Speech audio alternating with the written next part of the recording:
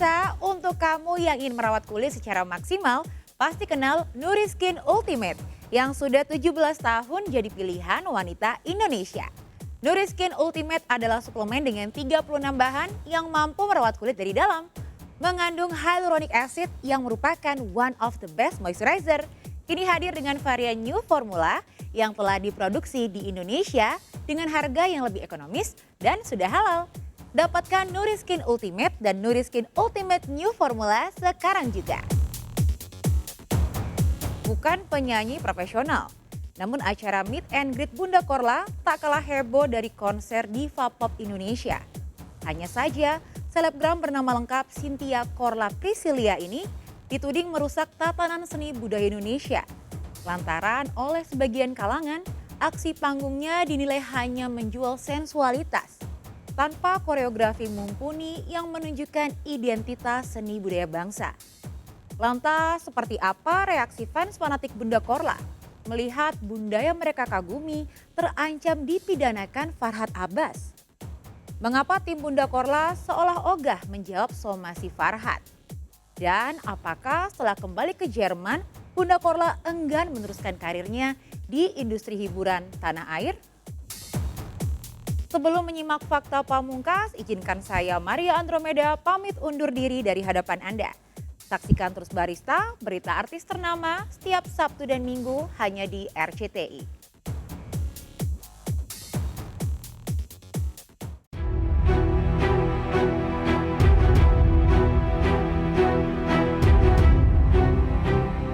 Terjun ke industri hiburan Indonesia sejak awal tahun 2000-an, sosok Cynthia Korla Priscilia tak pernah muncul di media infotainment meski ia sudah warawiri di video klip dan sinetron. Tampil sekelebatan di video klip dan menjadi figuran di sejumlah sinetron komedi, ternyata tidak berhasil mengerek popularitas Cynthia Korla Priscilia. Tahun 2014, setelah tinggal di Jerman dan eksis mengamati panggung politik Indonesia, Cynthia yang getol melakukan siaran live Facebook mendadak terkenal. Strateginya cukup jitu. Dengan pakaian seksi, Cynthia yang mengganti nama panggilannya menjadi Bunda Korla seperti panggilan sayang Olga Syahputra kepada dirinya, mengomentari isu politik dengan pakaian seksi plus gaya bicaranya yang frontal khas wanita Medan. Lain waktu Bunda Korla siaran live dengan pakaian serba ngejreng hingga kemudian dijuluki Ratu Jreng oleh pengguna Facebook. Banyak orang sekarang viral, ya, tapi tidak bisa gue lihat cukup lama seperti keviralan seorang Cynthia Korla atau Korla Cynthia.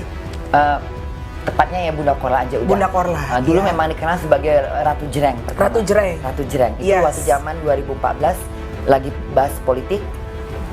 Memang ya politik segitu, maksudnya orang Indonesia katakan tidak tahu bahwa kebebasan pendapat, tapi ketika kita mengeluarkan satu statement pendapat kita banyak yang nggak terima. Betul kan orang belak-belakan bener Kan Medan lantang berani dan nggak takutan. Iya, Dan aku pandai mencari cara dengan berpenampilan seksi, cukup handuk awalnya supaya sembari aku dandan ya udah kayak hantu, biar orang tahu, biar orang lihat. Kalau aku cuma pakai baju sopan ngomong orang nggak denger.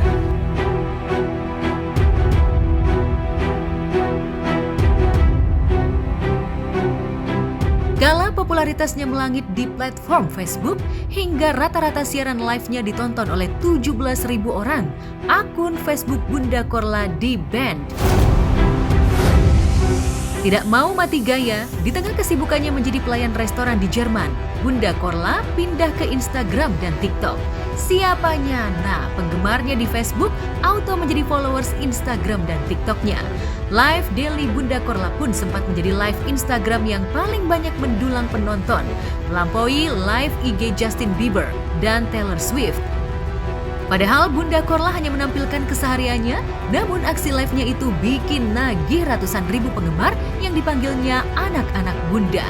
Siapa sangka, saat masih tinggal di Jakarta pun, Bunda Korla sudah biasa menyebut anak-anak Bunda kepada anak-anak tetangga maupun anak-anak jalanan yang disantuninya. Anak-anak saya nih suka gergetan.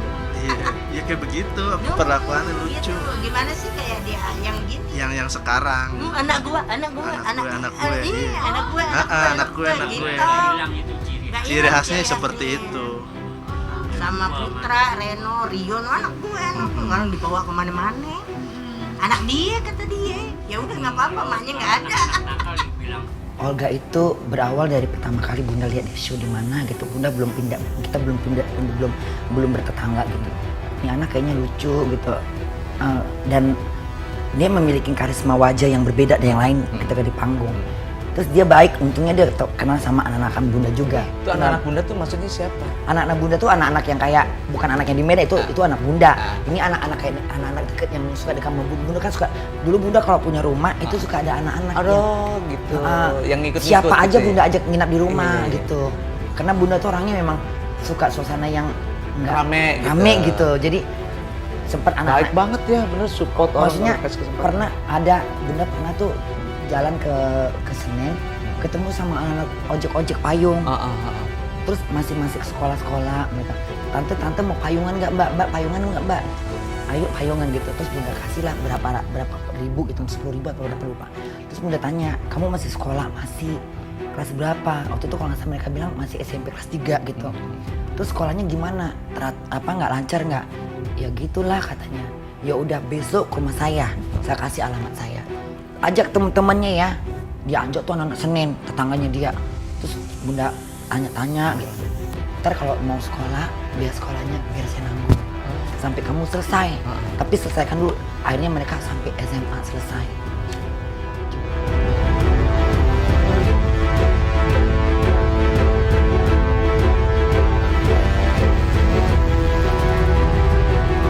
Jika rezeki tidak mungkin tertukar, maka apa yang diraih Bunda Korla sekarang adalah buah kebaikan yang ia tebar jauh sebelum sosoknya viral seperti sekarang.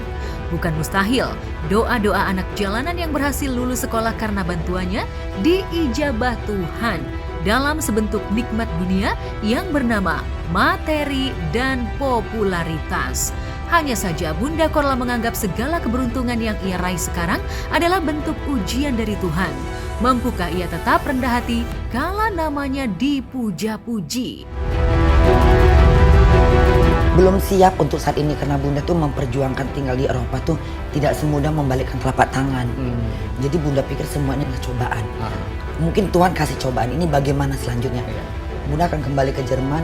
Bunda pantau dulu dengan kerjaan. Kalau memang betah ya betah di Jerman. Oh, betah di Jerman Bang? Memang betah di Jerman. Satu, orang-orangnya juga enak. Itu kayak surganya Bunda. Memang gimana ya, hak asasi manusia tuh betul-betul dijaga. Betul dihargai, ini kan hak asasi ya. Mau apa seperti apa kan ada aturannya, tapi kan kita nggak melanggar hukum. Bunda Korla emang unik, ya. Jadi sesuatu yang unik memang bisa mencuri perhatian masyarakat. Ya, kalau dukungan buat Bunda Korla, saya cuma mau bilang bahwa ya Bunda tetap menjadi Bunda yang rendah hati. Semakin kesini semakin juga bisa boleh dibilang mengontrol sikap dan kata-kata gitu. Ya seperti tadi ada kalimat-kalimat yang mungkin terdengar sarkasme gitu. Tapi kalau orang yang tahu betul Bunda itu adalah bukan kata-kata yang datang dari hati, itu lebih kepada sesuatu yang bercandaan. Ya, kalau dukungan nggak usah ditanya lagi, setiap hari juga aku support Bunda, dukung Bunda, ya kan. Jadi ya apa ya, karena Bunda kan nggak ada siapa-siapa di Jakarta kan, jadi ya memang aku jagain setiap hari. Akan tetapi bak selebriti papan atas setelah difasilitasi Ivan Gunawan dan pengusaha Maharani Kemala, Bunda Korla tak luput dari isu pencitraan. Semua hal baik tentang Bunda Korla kepada penggemarnya seolah berbanding terbalik dengan perilaku Bunda Korla kepada orang-orang yang pernah menemaninya di saat susah. Umiati, wanita yang pernah menampung Bunda Korla di rumahnya, merasa sedih lantaran selebgram kelahiran 4 Juli 1974 itu seolah melupakannya. Padahal saat masih single hingga menikah dengan bule Perancis bernama Oliver, Umiati menjadi tempat Bunda Korla untuk berbagi beban. Umiati pula lah yang merawat anak adopsi Bunda Korla sejak bayi hingga duduk di bangku taman kanak-kanak. Iya, dari lahir sampai di TK. Saya kepengen ketemu sama Listiana ya, kakak juga ya. Bunda Korla, sama Listiana. Saya cuman hanya ketemu aja deh, silaturahmi, peribahasanya gitu. Kangen banget. Mudah-mudahan Mbak Cynthia ya dibukakan pintu hatinya, diingat sama maknya yang pernah ngurus ya, yang pernah tinggal sini, Bunda Korla. Tolong Mbak Cynthia ya mainlah sama Umi. Janjinya kemarin mana? Bilangnya mau main ke rumah. Emang benar bilangnya Mungkin mau lagi main ke sibuk murah. sekarang. Ya, mudah-mudahan terbuka. Mudah-mudahan iya, mudah-mudahan Mbak Cynthia sehat ya, bisa Ya, main amin. ke rumah Umi Saharjo. Yang dibujuk. Karena tak punya anak perempuan, Umiati menganggap Bunda Korla seperti anaknya. Sedangkan Lestiana Lupita Anggara, anak Bunda Korla, sudah seperti cucunya sendiri. Sehari-hari Umiati lah yang mengurus keperluan Lestiana, dari urusan makan hingga mengantarkannya ke sekolah. Namun entah kenapa, pasca bercerai dari Oliver dan memutuskan menerima pinangan bule Jerman pada tahun 2004, Bunda Korla seolah merebut Lestiana dari Umiati. Bahkan Umiati sampai menangis ketika Bunda Korla membawa putrinya dengan alasan untuk menemui keluarganya yang mau berangkat umroh, namun tidak pernah kembali. Lestiana dititipkan kepada kakak Bunda Korla di Medan, sedangkan Bunda Korla terbang ke Jerman untuk memulai hidup baru bersama suami keduanya. Dulu mungkin pas TK, terus Bunda Korla ikut saya antar ke bandara.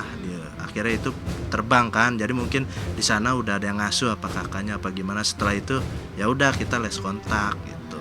Tapi ibu kaget lah karena udah seperti anak sendiri kan, tiba-tiba. Dari India karena saya nggak ada anak anak perempuan, ya. laki semua. Nana pulang nak sama mama. Suka saya bikinin susu.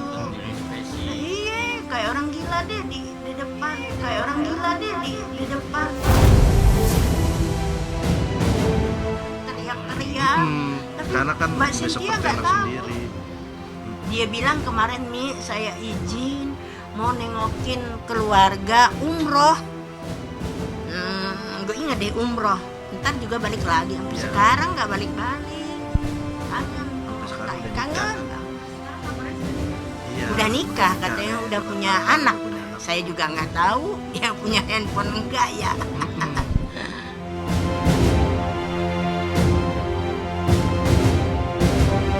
Sebagai orang yang pernah dekat dengan Bunda Korla dan putrinya, Umiati tak kuasa menahan rasa rindu. Matanya berkaca-kaca ketika bertemu Bunda Korla di sebuah acara beberapa waktu lalu. Namun tidak bisa bebas memeluk sosok yang hingga kini masih dianggapnya seperti keluarganya. Bener dia pernah tinggal sini, saya kangen bener banget. Malam Umi, terus meluk anak saya itu. Yang tadi dipeluk sama ponakan saya tuh yang ada tuh di Yayan. Oh, Cynthia aja nggak, bukan Bunda Korla, Cynthia. Pasti dia langsung nengok. Mi entar ya, aku main ke rumah. Keluar dia sempat dari kepalanya dari kan ada mobil. videonya tuh, Kan karena nggak boleh kan. Iya. Iya Mbak Cynthia, terus aku lemes. Ya Mbak Cynthia, gak ketemu, cuman tangannya doang saya pegang. Kalau ponakan saya sempat ciuman, habis banyak orang nih Mbak. Banyak banget kemarin di transit.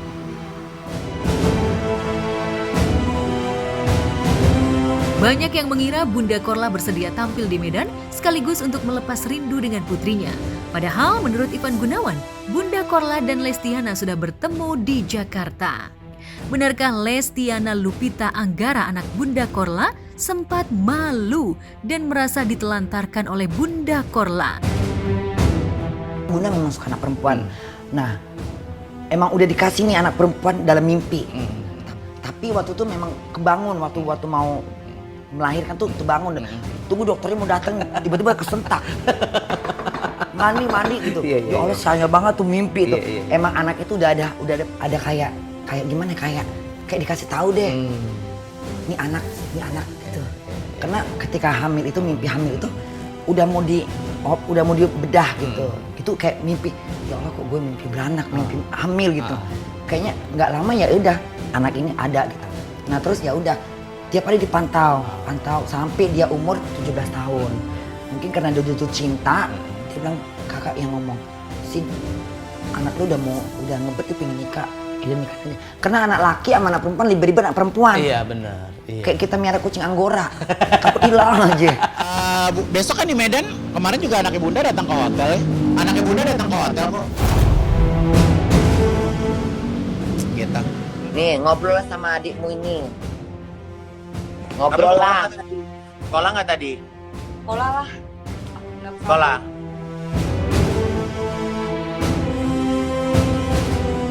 Di usianya yang merangkak ke angka 49 tahun, Bunda Korla merasa sudah meraih mimpinya. Ia mengaku tidak tertarik untuk meneruskan karirnya di industri hiburan Indonesia. Niat Bunda Korla live Instagram hingga memiliki ratusan ribu pengikut. Tulus hanya untuk menghibur dan berbagi pengalaman. Jika hal itu membuatnya terkenal dan punya banyak anak yang lahir dari rahim media sosial, maka Bunda Korla menganggapnya sebagai bonus terindah dari Yang Maha Memberi. Kita live itu niatnya memang mengisi suasana yang lagi kesepian. Kayak misalnya Bunda orangnya kan di sana monoton, hidup di Eropa. Live lah sekedarnya aja. Jangan punya ini tujuan. Kalau Tuhan bilang lu nggak akan jadi bintang sampai mati pun. Karena itu semua tergantung hati. Niatnya apa? Ini niat Bunda cuma menghibur,